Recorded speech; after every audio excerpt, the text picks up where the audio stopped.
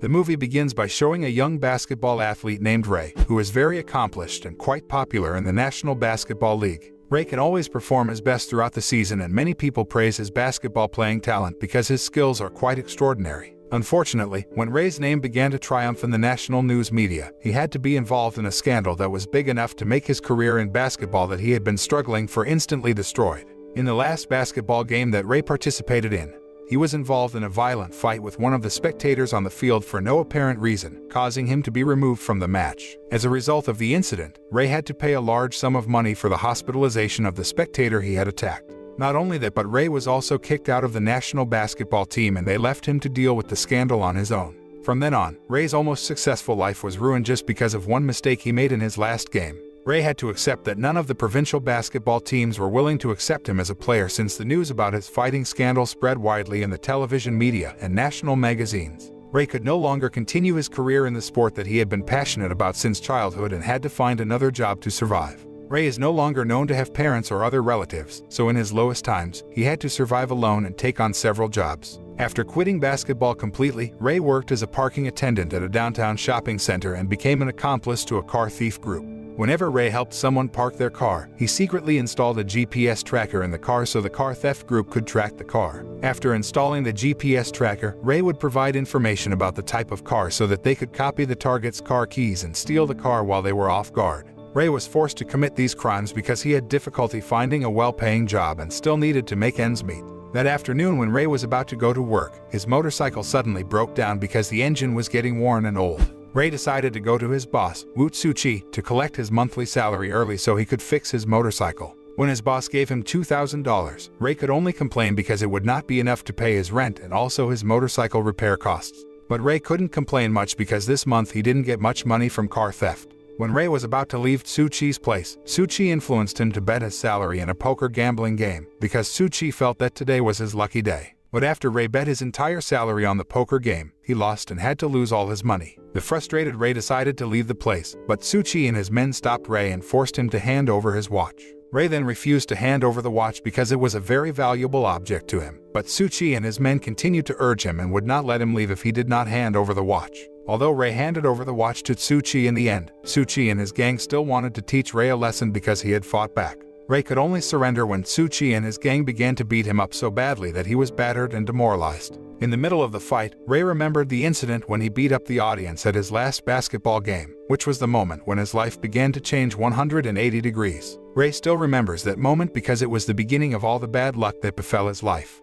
The scene then switches and shows a professional thief known as the raincoat robber because the thief often commits theft on rainy days by wearing a fully covered costume ranging from a black helmet to a black raincoat suit. The raincoat robber has recently begun to unsettle the people of the city because the robber dares to commit theft during the day when everyone is still hanging around. He even dares to rob a police officer who has just taken money from a bank. After getting a bag full of hundreds of thousands of dollars, the raincoat robber immediately fled by using a car parked in an alley. However, it turned out that there was still a young woman named Kathy waiting in the passenger seat, so the raincoat robber decided to take her with him. On the other hand, Ray was going to the hospital to meet his girlfriend, Nana Lee, an intern at the hospital. When Nana looked at Ray's wrist, she was suspicious because she did not see the watch she had previously given him, and she immediately asked about the watch. Ray tried to make excuses by saying that he didn't want to wear the watch anywhere because he didn't want to lose it and chose to keep it in the house. It turns out that Ray fought so hard to keep the watch from his boss because the watch was a gift from his girlfriend. He deliberately came to see Nana because he wanted to borrow her motorcycle, considering that his motorcycle was still broken and he didn't have enough money to repair it.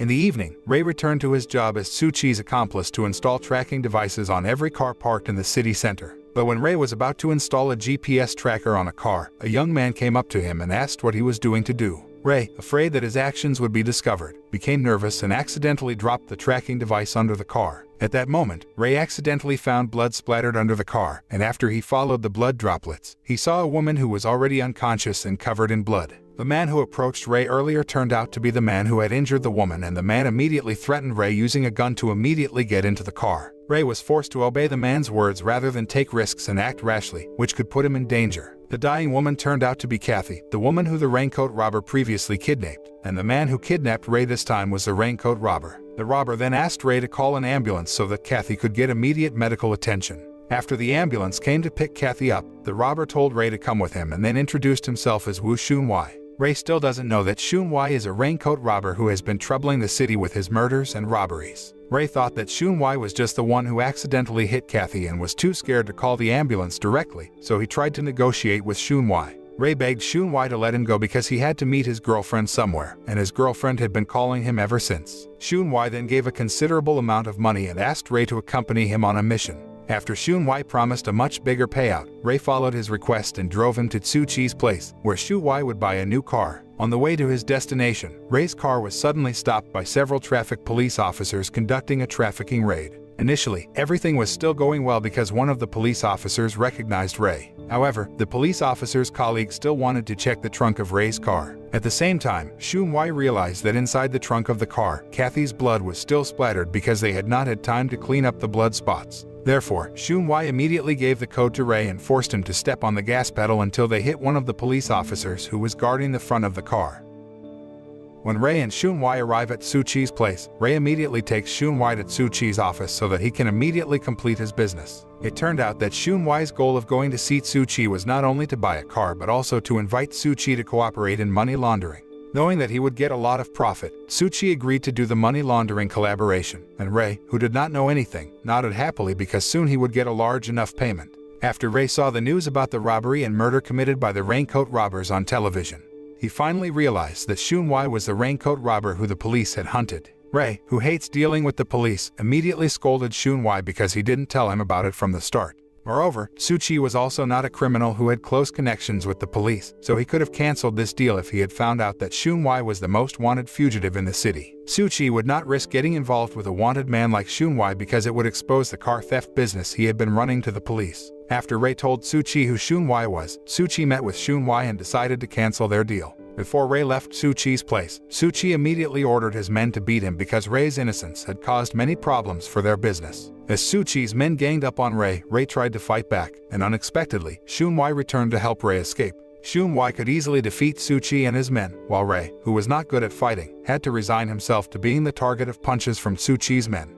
After Ray took some car keys from Tsuchi's office, he tried to match the keys to one of the cars, and after finding the right key, he rushed to leave the place using the stolen car. When Ray thought he had managed to get free from the thugs' pursuit, he was suddenly surprised by the appearance of Shun-wai, who was already in the car that he was driving. After Ray got involved with Shun-wai and helped him escape from the police, many people thought that Ray was the raincoat robber who had been terrorizing the city. What's more, Ray is known to have driven the car owned by Shun-wai during the inspection raid conducted by the traffic police the other day. The police who had seen Ray on the day of the incident also suspected that Ray was the raincoat robber, but the police captain named Oscar Lin still thought Ray was not the raincoat robber.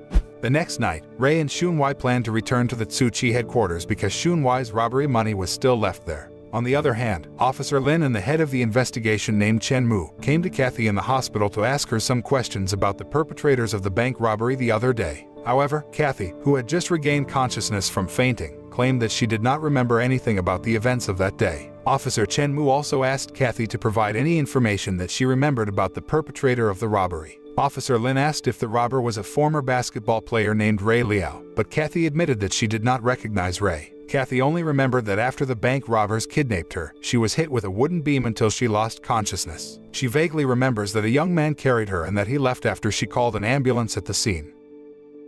Later that evening, Ray took Shun-wai to a restaurant frequented by Tsuchi to meet him and ask for Shun-wai's looted money. Initially, Ray and Shun-wai thought that they would be able to intimidate Tsuchi at that place, but it turned out that the restaurant was Tsuchi's restaurant, and some of his men were also guarding the place. As a result, the fight between Ray and Shun-wai against Tsuchi's gang ensued again, and the opponents they had to face this time were even stronger. But fortunately, after Ray and Shun-wai struggled to defeat Tsuchi's men one by one, the two finally managed to escape from the place along with the bag of money that Shun-wai had previously left behind. After they got the money they were after, Shun-wai invited Ray to have dinner at a noodle shop that he used to frequent. It was then that Ray finally found out from the news on television that the police had now accused him of being a raincoat robber, and it made him even more panicked and frustrated with his life full of bad luck. Ray immediately blames Shun-wai for involving him in such a big problem. Even though he is not a violent criminal like Shun-wai, he is forced to take responsibility for a crime he never committed. Shun-wai, however, immediately denied this and argued that all of this could have happened because Ray had a criminal record with the police as an abuser, which made the police even more convinced that he was the perpetrator of the robbery. Shun-wai also said that Ray wouldn't be able to change society's bad view of a person because everyone who has committed a crime will always be seen as a bad person.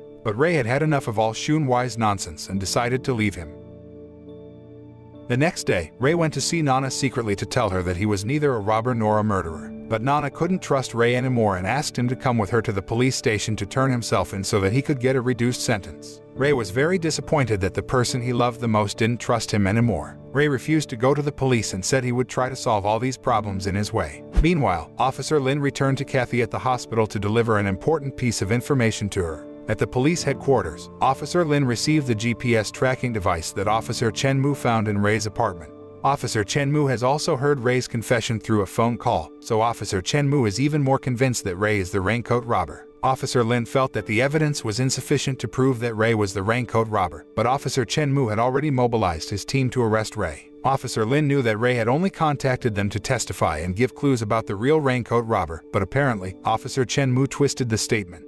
The next day, Ray met Officer Chen Mu because he wanted to invite Ray to make a statement at the police station. But Ray was still too scared to trust anyone, and he didn't want to be framed by the police to confess to being the real culprit. But it turned out that it was just a trick made by Officer Chen Mu to catch Ray, where at that time several police officers had been deployed to surround the area. When Ray realized this, he immediately rushed to escape from the place through the emergency stairs in the building. When a police officer almost caught him, Ray, who panicked, immediately smothered the officer's mouth until the officer fainted. After that, Ray immediately left the building and fled the place. After the incident, Captain Lin scolded Officer Chen Mu for conducting the arrest operation without his permission.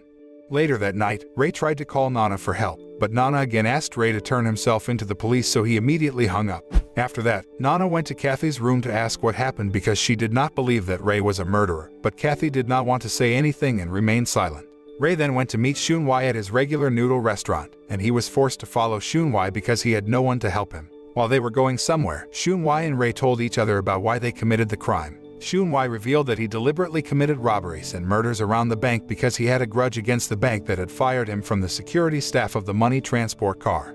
Upon their arrival at the docks, Shunwai invites Ray to join him in his bank robbery plan, and Ray agrees to help Shunwai given that everyone now considers him a criminal. Before laying out their plan, Shunwai asks Ray to remember one important thing: he never forced him to become a raincoat robber, and he did all this voluntarily. The following night, Shunwai and Ray began planning the bank robbery they would carry out at Shunwai's hideout.